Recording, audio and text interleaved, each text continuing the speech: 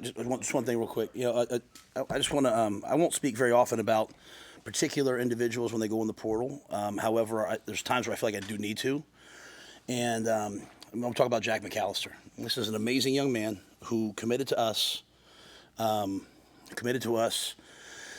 had the team mentality to stay with Washington through their bowl game, and they came to us. And then as we made a coaching change, and I know everybody loves coaching changes, like the fix is always to bring someone new in, there's always collateral damage. And Coach Eckler has done a wonderful job, and he strongly, strongly, strongly believes in utilizing the college rules, which are different than the NFL rules, in which guys can get down the field. And so we will be more of a rugby punt team. And so throughout the course of the spring, we've both rugbyed and done traditional punt. Traditional punt is what Jack's great at. He's an excellent player that we hope has a chance at the next level. And so when we met with him on Thursday, when first Coach Eckler and then myself met with him on Thursday, we let him know that, hey, we would be moving in that direction, away from what he's good at. And while we offered him he certainly can stay, it's probably in his best interest to go and find something that's schematically what he does. And so, excuse me, I'd find myself if I did that in a team meeting. He asked if he could continue to stay and be at practice because he wants to finish what he started, which is just the caliber of person we're talking about. He was out there today. But I know he posted something on social media, and I know immediately when that happens, normally there's, hey, why would you ever want to leave here? And so I just want to be very clear that this is a young man who I feel terrible about the circumstances. When I met with him, he was so professional, so, obviously deeply disappointed. As he said, Coach, I'd love to stay here. I love the culture. I love everything that I'm experiencing, but I feel like I probably need to go look for something. I told him I don't know if I would have handled it as well as he handled it. And so I don't feel good about how it happened. I don't feel good about the situation. I don't feel good about it, but it is what's in the best interest of us moving forward, schematically and special teams wise. And he obviously, if he doesn't find something, I told him we'd love to have him back. We'd love to honor all the commitments we made to him. But this is a separate situation. So, we want to do right by guys. As I tell them, I'll tell you the truth all the time. I don't want to. I don't mind disappointing you, but I hate to have you say you lied to me. It's better that he knows now than in the fall. And so once that decision was made by Coach Eckler and stamped by me, we're going to move in that direction. So I just wanted to make that very clear, that he's not a kid that deserves anything other than, I hope Bryant, Vivian, Leona grow up to have the type of character in the face of adversity that he had. So, and I want to make sure I certainly address the fact that I hate the way it happened for us timing-wise and the way that, we transitioned. So in football, you're going to change your scheme, but this is completely away from what he would be able to do. So, we'll try to help him as best we can. So that was long. I apologize. Secondly, obviously Lee Corso, I know he's announced he's retiring. I love college football. I've grown up around him, just watching him, and I want to thank him for his contributions to the game. He's meant a lot to everybody, and I know he's going to do one game. I expect we'll have them here this year at some point, and we'll miss him when he gets here. And we had 1890 donors out there at practice today. I want to continue to say thank you to them. Well, I know we're hoping that things go to revenue share. NIL's not going away. And, every year we're on more and more and more of an even playing field in all of our sports because of the people who give to 1890 and the Pede family. So thank you to them. And then finally, I just want to make sure, I send my hearts and prayers out to Coach Eckler and his wife as they deal with the impending death of his wife, his mother-in-law. So he went back yesterday. I'm sure he wouldn't want that to be too public, but this is the type of man that he is, that he went back to be with his wife as they are in those hours, and I appreciate him, and his two assistants did a great job today. So that was long. I apologize, but I feel like Jack deserved that. So with that, I'll see what you guys got. What is the timeline on bringing in a rugby style punter? We'll bring someone in this summer. Yeah. So obviously, we go to school till May 10th, and then the guys report back for summer session June 2nd. So, we have some things in the works, and some plan A, plan B type guys. But it's just such a unique difference between the pro and college games in terms of what you're allowed to do. In the pros, you can't pass the line of scrimmage until the ball is kicked. So you have to have all these big guys. And in college, you can move down the field, but to do that, run down the field when the ball's snapped. But to do that, you have to have a moving launch point. So when you look back to last year, especially as we've talked about the wins here, especially as we talk about the different unique situations that are here, to us a rugby style kick takes advantage of the rules, takes advantage of our unique game day atmosphere here in the weather. So schematically, it's a no-brainer, and we'll just have to bring the right guy in. In terms of recruiting, you've had a lot of guys be able to watch practice. Just what do you think that they've been able to see in those practices, and what kind of feedback have you gotten? Well, I want people, if they're serious about looking at Nebraska, I want them to come watch us practice. Everybody's nice on junior day.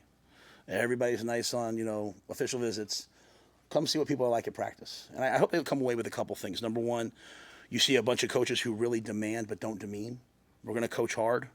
But my 9-year-old daughter's at practice sometimes. My father is a minister's at practice sometimes. My 12-year-old daughter's practice sometimes. My son's out there every day. Like, it's a highly demanding, accountable atmosphere, but it's never demeaning. And so I want them to see that. It can't be too far one way or the other. It can't be just roll the balls out and have fun. You don't get better, and it can't be disrespectful, right? So it's going to be that. Number two, the level of instruction. There's a lot of schools that have really great recruiters, but they don't have great. Those guys can't coach. A lot of schools have good coaches. We're trying to find the middle. So I want them to come see DeKeel coach. Yeah, he's a great recruiter, but he can really teach and instruct and just carry that on the line down all the coaches. So I want them to see that. I want them to see our precision, our attention to detail, right? I want them to see the atmosphere. I want them to see that there's no silos. I want them to see that everyone's speaking the same message, though with different words. There's only one message here.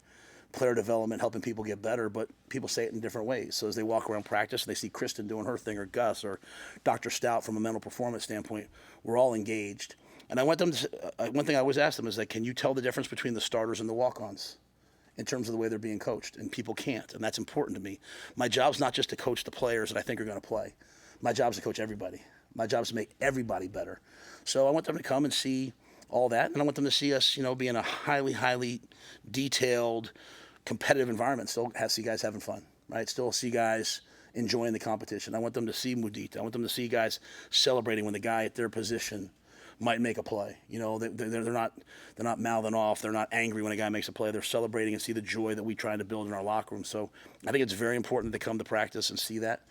And then our practices are pretty cool, man. You got former NFL players, former Husker greats. You got a bunch of high school coaches. I mean, some days you have the governor. Some days you have Tom Osborne. There's a lot of people here, and I think it sends a message how important football is at the University of Nebraska. I know you touched on this Saturday, but how much or in what ways does it complicate some of the conversations you're having with players as spring practice ends because of the uncertainty around what's going to happen with the 105? Yeah, so I'm glad you asked that. The 105, it sounds like it's going to stay at 105 from what I'm seeing. And, we've already had most of them with everybody. I'm going to, we're going to do the Husker games next Saturday. I called Troy last night. I'm gonna go live and do some red and white stuff. We have a bunch of guys that this could be their last time playing in that stadium. We have a bunch of guys that are fighting to make the 105. We have a bunch of guys who I can't do it when you guys whisper on the side. It distracts me. I have a bunch of guys that if they can't play here, they need some tape to go somewhere else. So, I'm going to wait. I've waited till after the portal closed on that Saturday. Portal closes on Friday, so it won't affect. The guys that are kind of cemented in their spots, they won't play. Some guys they might, ask to play or not. But those guys that are battling, some are twos even, but they want to prove that they're a one. We have a bunch of guys. So we're going to do the Husker games. We're going to bring out a bunch of Husker greats. We're going to have a bunch of competitions like the Pro Bowl. But I'm going to put the ball down a little bit and play some live football.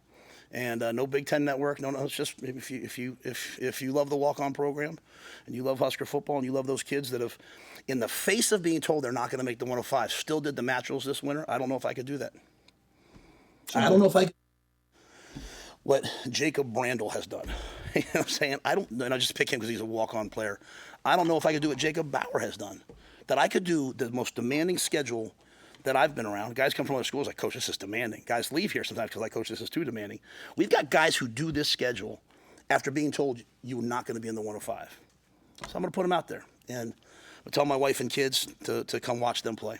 Could be their last time. Maybe they'll end up being a starter here someday. I bet you there's someone that plays in this thing on next Saturday that'll be a starter someday. So we'll celebrate the former players.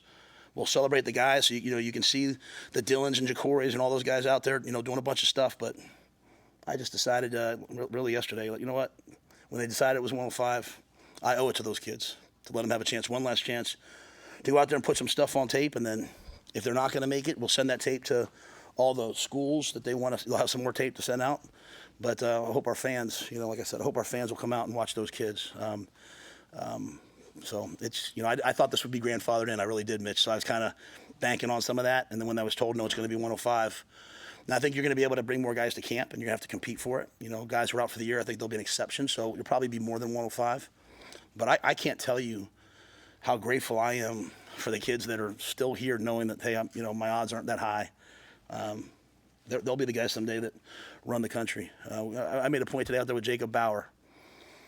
You guys ask me who's flashing, who's not. I hope our coaches have done a pretty good job this spring of not singling a bunch of guys out, but trying to talk about the group, because sometimes we single a guy out, it goes way here, way there. But this kid, I can't even let him go to twos anymore because he plays like a starter, and he wasn't even invited to camp last year, and he pays for school, doesn't have an NIL deal, and he just plays and plays and plays and plays and plays and plays. So, he won't practice next week because he's not just in the 105. He might be in the starting lineup / some of the packages we'll do. But there's some other guys like that I just owe it to them to give them a chance. So, yeah, we're going to play live football next week. How did you come to that decision? Was it like a aha moment? Was it just through some conversations that you had Prayer. with some of those guys? Okay. Honest to goodness, prayer. Not praying about what should I do with the 105, but just, I'm my dad's a minister. I ain't the best Christian in the world. But I work at it a little bit, and I just had some quiet time the other day, and just sometimes you take some quiet time, whether you meditate, whatever your religion is. I'm not here to advocate. I'm just saying, like, I put my phone down every once in a while, turn the music off. I don't sleep very much. You can tell I slept last night right now probably because I actually have some energy right now, but don't sleep. But every once in a while, like just taking out all the distractions and just being at peace with whatever your worldview is, and I just started feeling gratitude for some of these kids, right? And this time of year, what's so unfortunate is we talk so much about the kids who might leave, or the kids like who did leave, who said, like, they're just kids, man. They're 19. Like, if you could have put a camera on me at 19, it'd be scary. So I just started thinking about some of them, and it just kept hitting me. Like, my son's a freshman here. My son shows up with the strength staff every Tuesday, Thursday, Saturday to do a 6 a.m. workout. He missed this morning. He missed. I was like, CJ, the strength coach, texted my wife and I'm going to have to kick Brian's you-know-what this morning. And I'm like, when he's your own kid, you're like, he's a kid. He's growing. But I put so many demands on these other guys at the same age. And so I don't know, like, not to be too whatever, but like just in quiet moments, I just was like, man, some of these kids, I didn't ask them. I did what was right because of the portal and all that stuff, but there's some kids who deserve for us to go play. So, I wanted all this, I just kind of waited for it all to die down, waited for the portal to open, and then asked Troy yesterday if this was okay. I haven't told Haven. Poor Haven's over there sitting right now, probably texting people like, hey guys, guess what we're doing? I walked in with Keith. He thought I was joking. I said, no, I'm going to tell him that we're going to scrimmage next week. And I'm not doing it to have people come to the game. And I'm not doing it for anything else other than I just want to give those kids a chance to show what they can do. If that makes sense.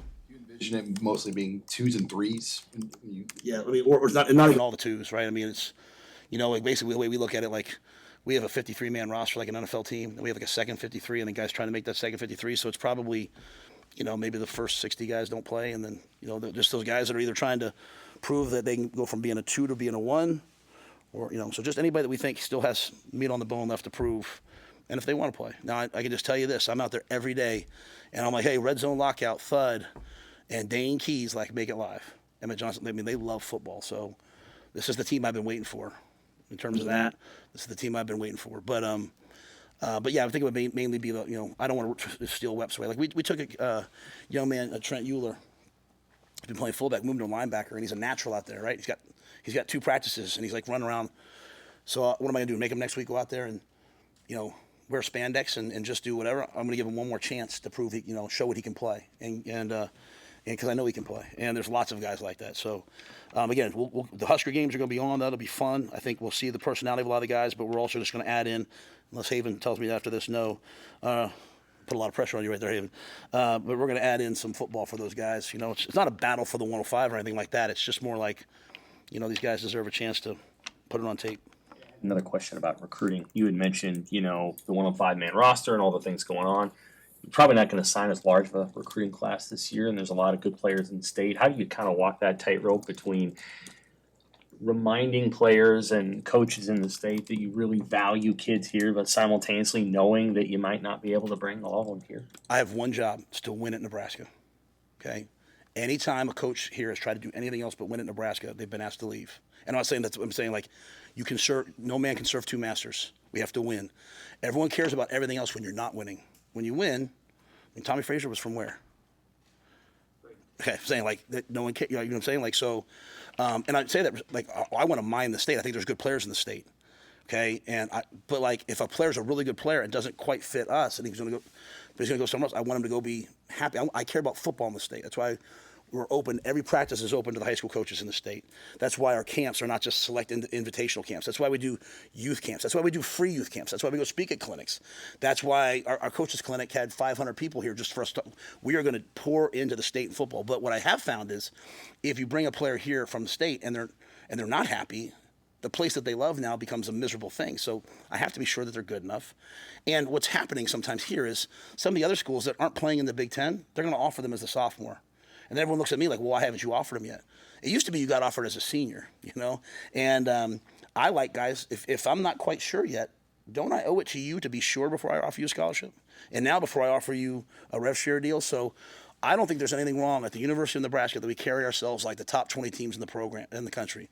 And the top 20 teams in the country, if they say, hey, we like you a lot, but we want you to come to camp, you'll come to camp, you know, going into your senior year. So there's lots of kids. I would love to recruit them. They've committed to a Big 12 school or somewhere else like that. Come to camp. If you want to play in the Big 12 over the Big 10, oh, I got it. But make no mistake, there is a big difference. And Big 12 is going to go nuts now. I know that. And I'm going to be on X and all that stuff. But it's the reality. The Big 10 and the SEC, especially moving forward, are going to be here in terms of everybody else. So I have to worry about what's Ohio State doing, what's Michigan doing. So I love the state. I love the players. And we're gonna take a bunch. You know, so we've taken some as walk-ons. We've taken some as scholarship players. I just have to be sure that they're good enough. And I don't think asking guys to come to camp is the whole thing like, hey, you should be the first offer at Nebraska. You know, desperate teams always set the market. Let me say that one more time. And rev share and all this, desperate teams set the market. So if they know that, hey, straight up, we can't beat a Big Ten team or we can't beat Nebraska, then we better offer them a year earlier and say Nebraska doesn't care about you.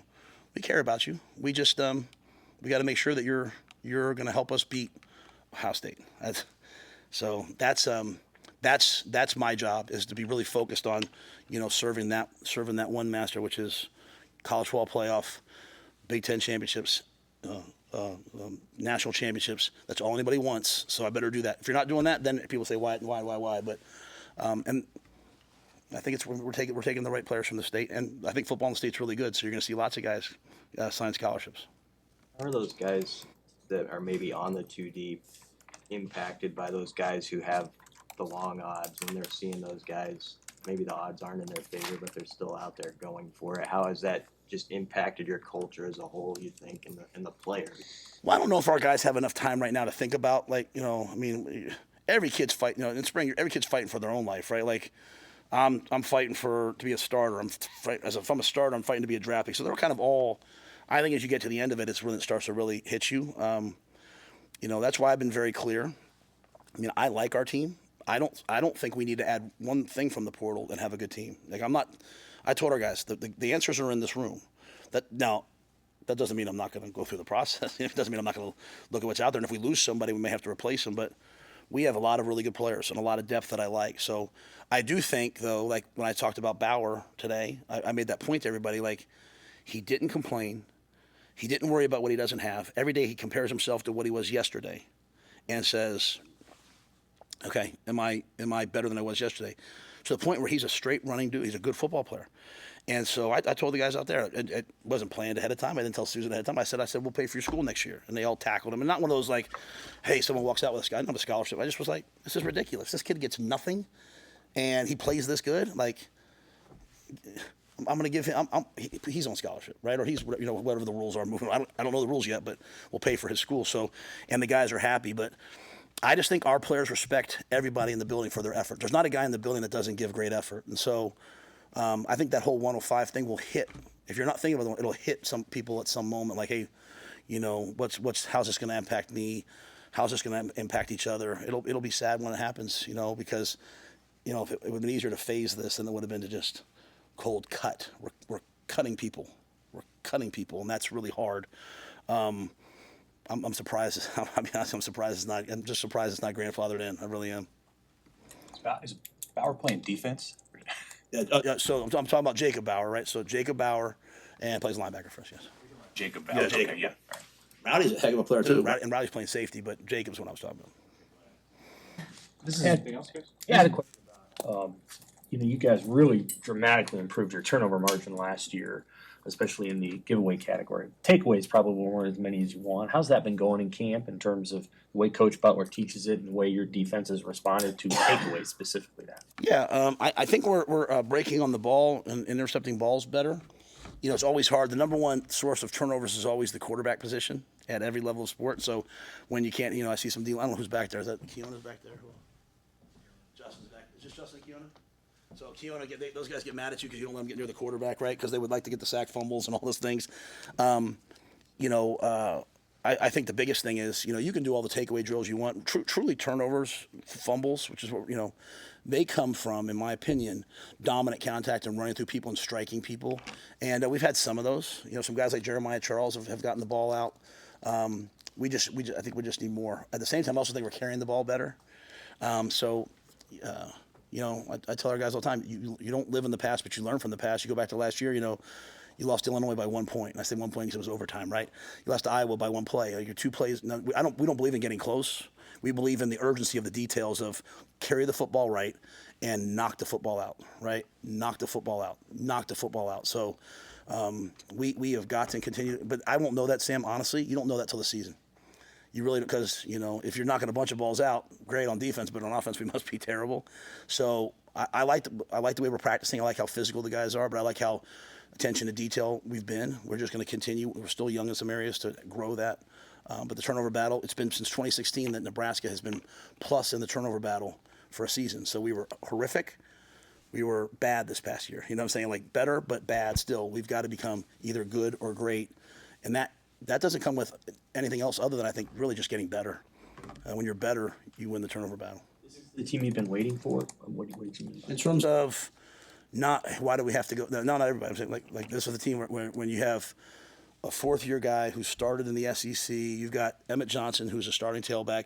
And let's be quite honest, like if they were to get injured, they have a lot to lose, right? But they love to compete, and they understand that when you play football, there's an inherent risk. And that's why, in the NFL, they have preseason games. Think about that. You have a $270 million roster. You have $50 million quarterbacks, and you still put them out there for preseason games because you have to make a decision. Do I want to be healthy or do I want to be good?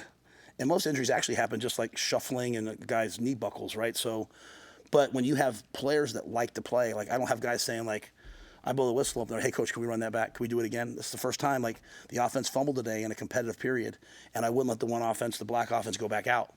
And they're, Dylan's in my ear, and I'm like, well, the only way to punish you guys is to not let you play, as opposed to make them go again. And they're, it's completely different. But it's your 3, right? It's completely different, and it has nothing to do with me.